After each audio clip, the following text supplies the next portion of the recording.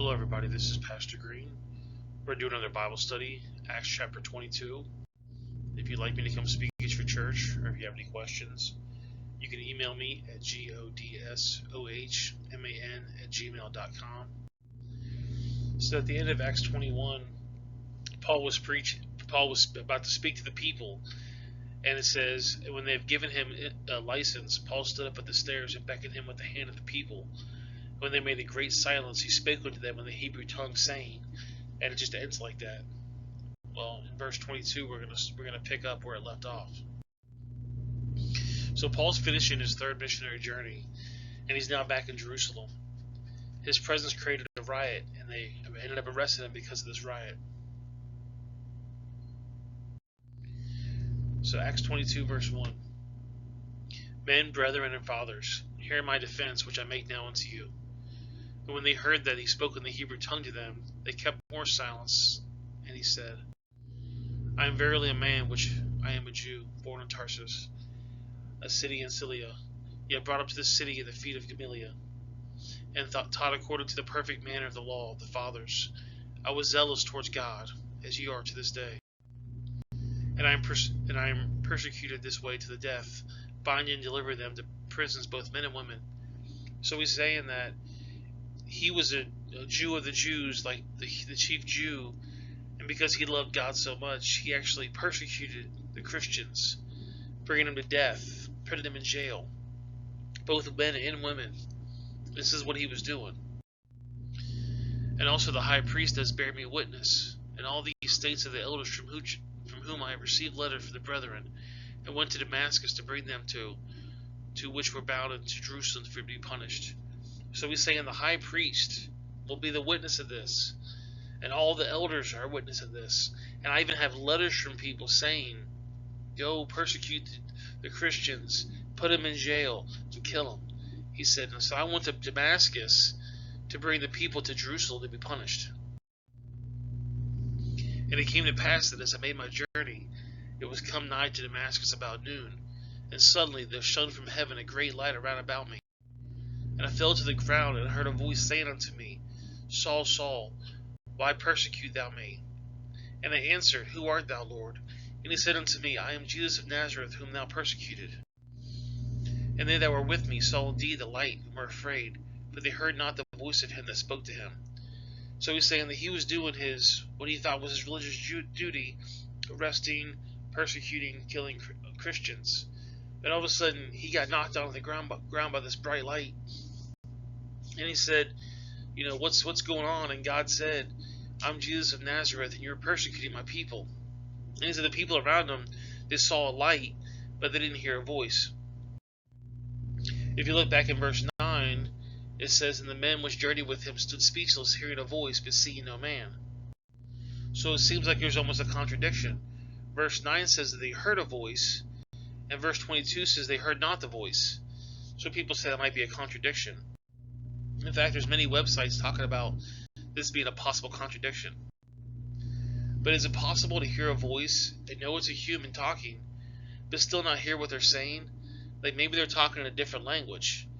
Maybe they were talking in a Roman language and the guys only understood Hebrew. Or maybe they were talking in the Hebrew language and the guys only spoke Roman. It's possible if they spoke in a different language, they would hear that somebody's talking, they would hear that it's human, but since they didn't understand it, they don't really technically hear the voice.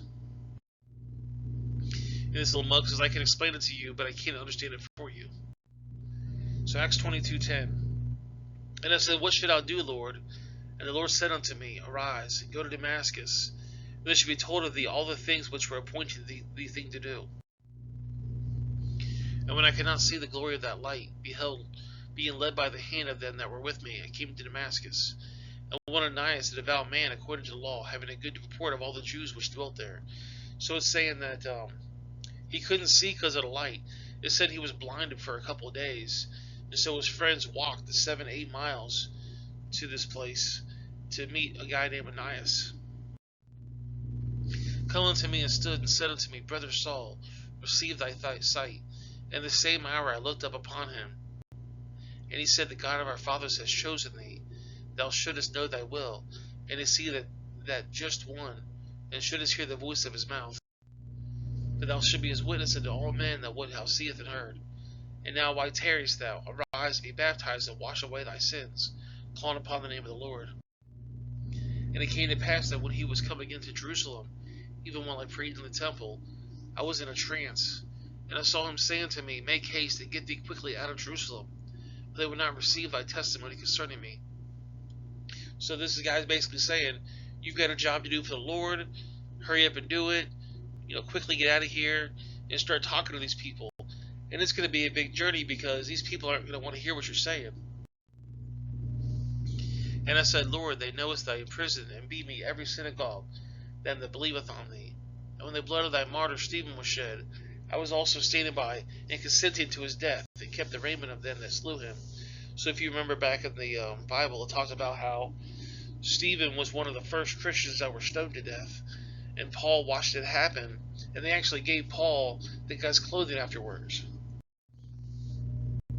And he said unto me, Depart, for I will send thee far hence to the Gentiles. And they gave him audience unto this word, and they lifted up their voices and said, Away with such a fellow from the earth, for it is not fit for he should live. The Jews were so convinced that they were special, and that God wasn't interested in the rest of the world. And they hated the idea that somebody going up to the Gentiles. They thought, we're God's special people, only we can hear the gospel. Everybody else in the world is just sinners, and they're idolatrous, and they're horrible people. We're the special ones. We're the ones that God loves. He doesn't love anybody else. And many Jews thought the Gentiles were just animals made to be exploited. And when Paul used that word Gentile, it set him off in a frenzy. You see, Paul's saying, I came to speak the word to the Gentiles. I came here to teach the Gentiles. You Jews, you didn't get it. You took our Messiah and you killed him. So God said, okay, I'm going to go to the Gentiles. And so that's what I came. And the Jews hated him for it. There's actually a lot of websites talking about the attitude the Jews had towards non-Jews. There's multiple ones here. And the word goy is a modern Hebrew and Yiddish. The word goy is the standard term for a Gentile. So they always said, all those goys over there, they're not good people.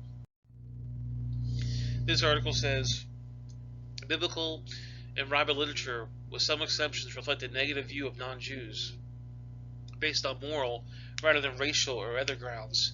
In ancient times before the rise of Islam and Christianity, non-Jews were presumed to be idolaters, and idolatry were associated with moral deviancy. Gentiles were disparaged not because they were Jewish, but because they were assumed to be morally deficient. So the Jews thought, we're better than you. You're just not anybody important. We're God's chosen people.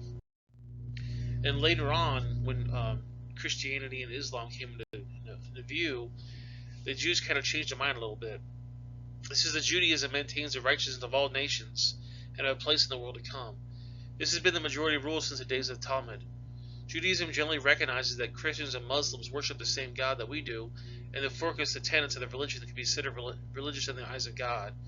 So now the Jews kind of look at Christians and Muslims like, well, they don't have the true gospel, but we do. But they kind of worship the same stuff we do, even though Christians, Muslims, and Jews don't exactly worship the same God. I mean, Jews and Christians both believe in God, but the Jews don't believe in Jesus. And as they cried out and cast off their clothes and threw dust into the air, the chief captain commanded him to be brought to the castle, and bade that he should be examined by scourging, that he might know wherefore they cried so against him. So the chief captain said, I'm done with listening to this guy. We're going to go ahead and start whipping his back, and that's going to show, if this guy's really real or not.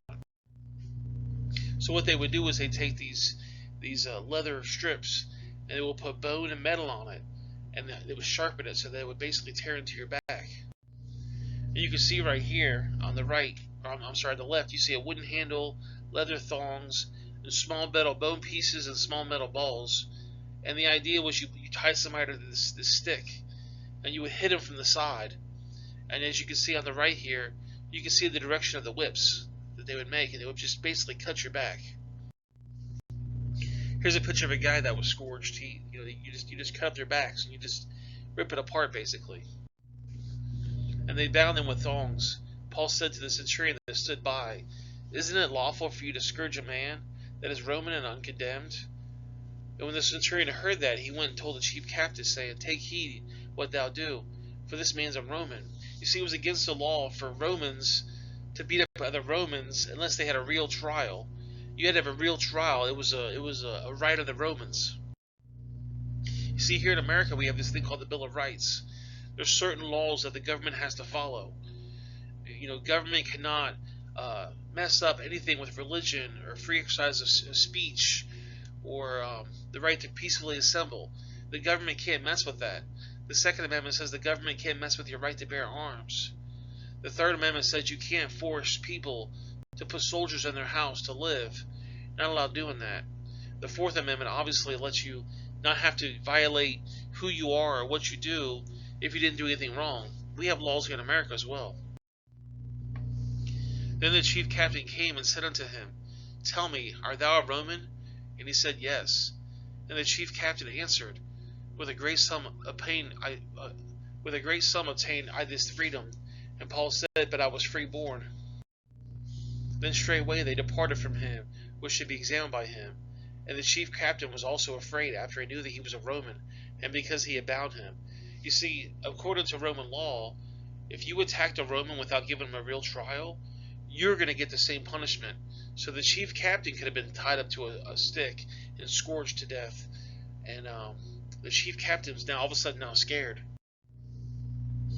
On the morrow, because he would have known the certainty whether he was accused of the Jews, he loosed him from his bands, and commanded the chief priests and all the council to appear. And he brought Paul down, and set him before them. So the chief priest is like, we better have a trial really fast, because if we don't, I'm going to be in trouble. Well, guys, that's the video. I appreciate you guys watching. If you guys have any questions, you can always comment. You can send me an email. Make sure you guys like, subscribe, share this. And I'm going to put some more videos on the screen so you guys can watch that. Have a great day.